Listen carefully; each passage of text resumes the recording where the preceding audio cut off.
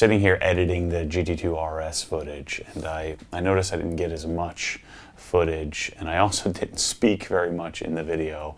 I was a bit in awe of the car, a bit nervous that I'm driving a very low production, very hard to get, you know, one of not very many GT2s. I wanted to experience the car, I wanted to capture on video. Sean was gracious enough to let me take it for a spin, but I didn't want to abuse that. And I was a bit nervous driving the thing, so I was just taking it all in and didn't speak as much as I normally do on camera. So that's one of the reasons why it was short. The other reason is it was basically out of gas. And I'm one of those dudes that, like, if the gas light is on, like, I assume I'm going to run out of gas immediately. So I'm a get gas at like a quarter tank kind of guy. So anyway, I did a short out and back. The other thing you'll notice is this goofball on a motorcycle. You'll see, take a look at my face on camera. I look like such an idiot. I've just got this weird smile on my face that I don't even know how to take it. And as I got back, I started to process it. But I come back, what's happening is I pulled in and I'm turning left and I look this way. Next thing I know, I turn and there's a motorcycle doing a stoppie. It looks like it's 25 feet away on camera because the GoPro's wide angle, but it's really like 5 feet away. You'll notice it in the reflection on the hood of the car. But man, yeah, so here I am taking extra care with this car, and then the dude almost could have very easily dumped his bike right on the hood of this $350,000 thing that you can't replace. So check out the video, and I'll have a little bit more for you at the end. All right, this one I'm a little nervous about. I'm not going to drive this one as far. 991.2 GT2RS. It says he has a quarter tank left. It says 30 miles. All right, so let's bring our steering wheel down a little bit. We have our normal exhaust valve button. It does drone quite a bit in comparison. I'm really interested to see how this sounds in comparison. So this is a Weissach package, GT2RS, all kinds of options selected. Your windows up.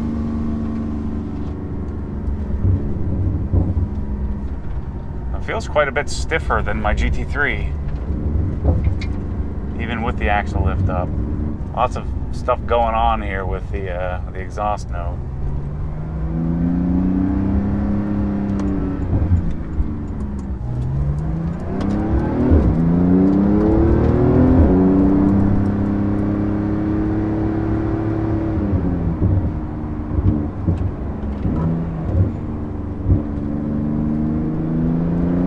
What 700 horsepower feels like. Wow, it's a lot louder than I thought it would be.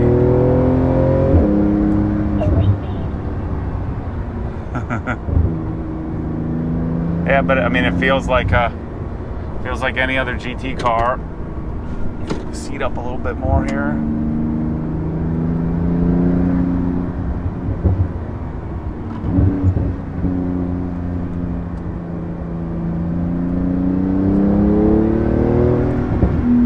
That's 4,000 to 5,000 RPMs. Wow, I mean, even with all that horsepower, though, it doesn't feel like 700 horsepower. I mean, we're definitely moving on out, but you feel in total control. It's so easy to drive.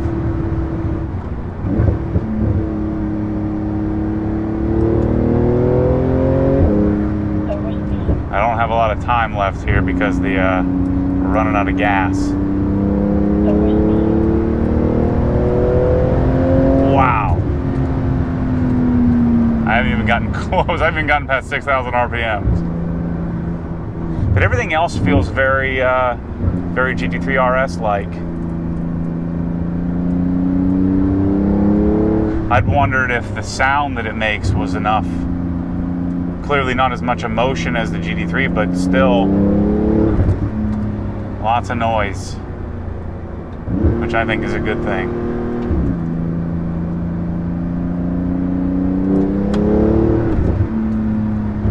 But that turbo, that torque. Wow.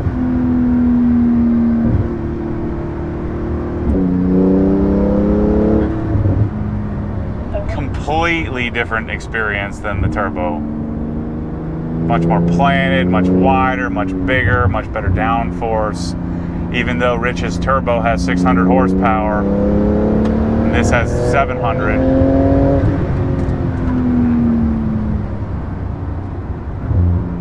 There's a, you know, night and day difference. This, of course, has given us the GT car experience.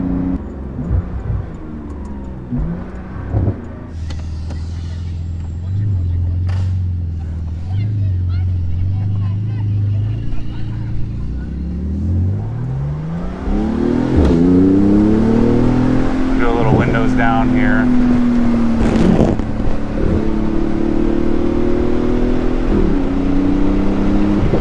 There's the turbo.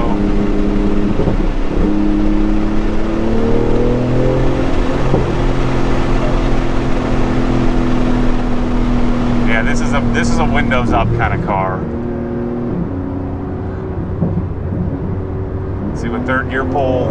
Yeah. Oh. Oh my word.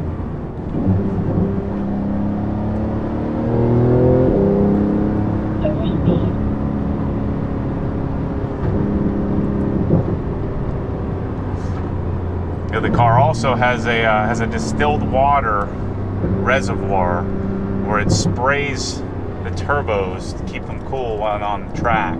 Sean actually got red flagged on the track because he was dumping water, or dumping fluid, they said. And so they had to go out and they had to figure out what the heck was going on. And he said, no, that's not fluid, it's distilled water being sprayed on the turbos.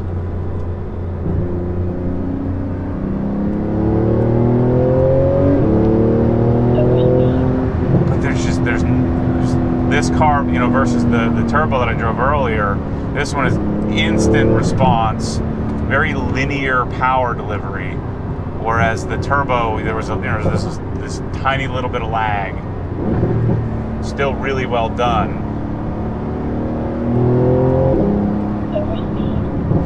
It's amazing though. We filled up our tanks at the same time.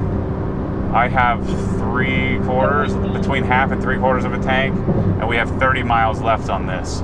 So, and we drove the exact same distance today.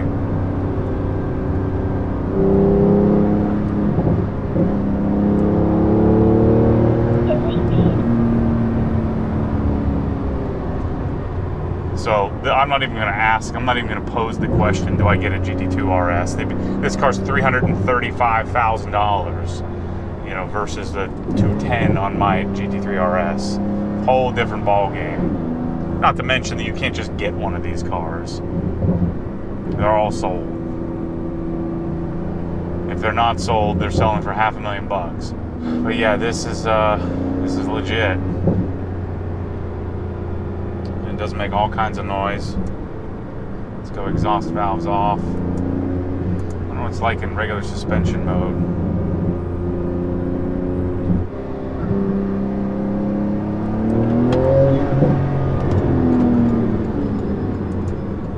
So, yeah, pretty much the most awesome weekend ever. GT2RS. Awesome.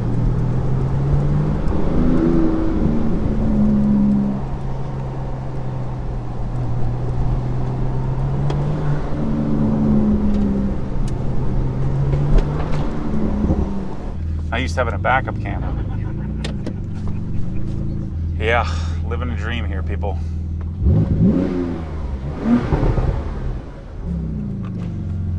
GT2RS.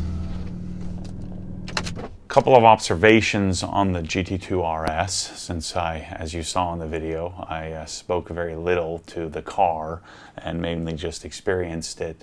A couple of things to note. The sound is it's a lot louder than I thought it would be. I don't know that I'd call the sound good.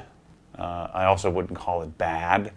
There's a bit of drone from the exhaust with the valves open. A couple of other things to note on it. When you press the button, the valves open. When you press the button, the valves close. So you can turn the valves on and off.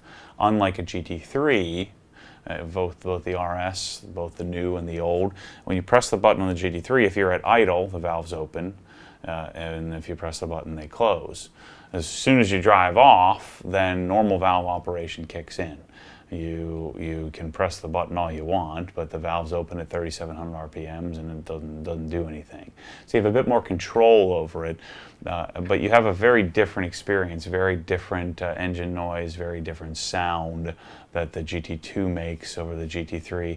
I'm actually surprised. I like the way it sounded much more than I thought I would. You know, in hearing a few little, like the very first videos of them doing some donuts at Goodwood a year ago. They did a GT3 and then a GT2. I'm like, oh man, that GT2 sounds like crap. So it does sound much better. My buddy Mike, who was riding shotgun with Sean, the owner of the car, the whole time, said one of the things you'll notice is that it gets a bit drony, wears on you a little bit over time. So there is some factory drone. That was the stock exhaust. But there is a definite emotional component or definite difference in how the cars sound in the GT3s or the GT4s versus the naturally aspirated cars versus the turbo car. Now, another thing, I've watched other videos of people pushing the PDK Sport button and speaking to that. Just to clarify, the PDK Sport button only does something in the auto mode, as far as anybody can tell. There's no engine mapping change. There's no change to the steering. There's no change to the suspension. When you press the PDK Sport button, when you're in manual mode, the button's on, the red light's on, but it doesn't do anything. The shifts aren't any crisper. Nothing changes, just like in all the GT cars that have PDK. But the operation of manual it has the latest PDK programming, which is insane. You can pull the paddles, engage neutral in the GT2 just like the other GT3 cars. So you do have full control. It'll let you bounce it off the rev limiter. It won't kick down or downshift for you automatically. So you're in full you're in full control of the automated manual transmission, which I think is amazing. So the PDK is just as stout and crisp and sharp, even with the turbo, as it is with the naturally aspirated cars. So again, PDK Sport button only does something when you're in auto mode. It changes your RPMs immediately rise. A lot of guys will use that on the track if they're less experienced. Rather than using manual mode, you put it in PDK Sport, which is just an amplified version of the regular auto mode. Regular auto mode in all the GT cars is basically useless. You're in 7th gear and going 35 miles an hour. Suspension mode also, you press the button and there's not a lot of change, just like all the cars. The one thing I will note, the GT2 did feel quite a bit stiffer than even the new GT3RS. The .2 with the stiffer front springs. You'll notice it as I'm going up the hill there at the very end. There's a bit of bounciness to it. So it is quite a bit stiffer than the GT3s. But all the other driving feel, that sitting in the interior, everything feels identical to the GT3s, and that makes sense. It's built on the same variant, just has a different motor. So really pleased with the 2RS, the GT2RS. It was amazing. I'm not getting one, probably never will. I don't really have a desire to have one. I know Sean has mentioned it's a great car to have, but it's a different experience. I'm sure he's really glad to have the experience, but my guess is you'll see him back in a GT3 sooner rather than later. It's a different car. It's a different experience, and these things are trading for $500,000. It's just not as practical to go beat it. He's been on the track several times. And probably will a bunch more, but I think you'll probably see him back in the GT3. The emotional aspect of it, the ability to have more fun. I was doing 25 miles an hour faster in the GT2 than I was in the GT4, even with my limited skill set. So anyway, that's my take on the GT2RS. Good, great experience. I'm glad I got to drive it. I don't want one. I won't be getting one. I much prefer the GT3 for not just the cost, not just the fact that I couldn't get a GT2 if I wanted one, but mainly just the overall experience of the GT3 just suits me better. So thanks for watching. Stay tuned for 911 Touring 991.2, so the 2018 GT3 in a manual. I also get behind the wheel of the new .2, the 2018 GT3 RS, and do some comparisons there. Those videos are coming up. Thanks for watching. Stay tuned for more crazy.